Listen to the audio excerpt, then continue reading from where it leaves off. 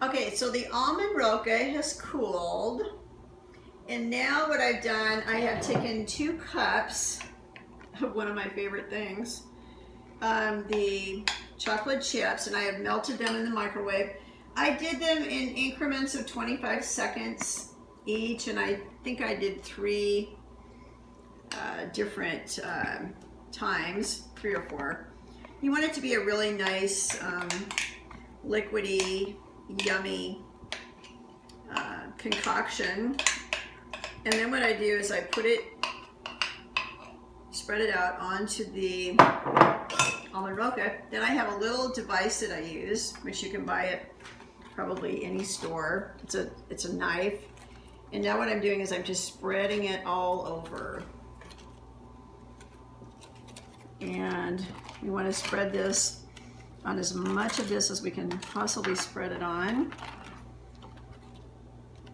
to give it a little frosting. And another thing I do, I put a wet cloth underneath this pan so that it doesn't slip around as I'm trying to work with it. So I'm going to spread this out. I'm going to spread it over this way because I want to get every square inch of this covered.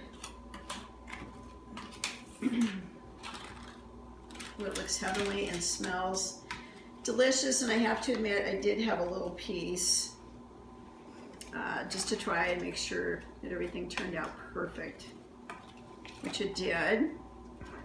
So is this completely cooled, or is this like it's pretty cool? It's just, it may just be a touch lukewarm. You don't want it, I mean, it can be really cold. It's just easier to spread this icing once, if the pan is still a little bit warm, which it is.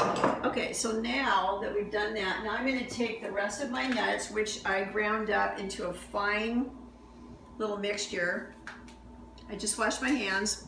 I'm going to take my hands and I'm going to put them in there, put them in the nuts, and I'm going to sprinkle this over the top of the almond roca. And then after you have covered it, then you can take a knife and you can just break it up into whatever size pieces you would like to serve. They don't have to be perfect. They're not going to. They're going to be jagged and crooked. This is not a well-defined looking piece of candy because it's not supposed to be. So there you go. And then where can we find the recipes for this? Well, the recipes will be on my Facebook page, and that would be C. Rudd Cooks. So there you go.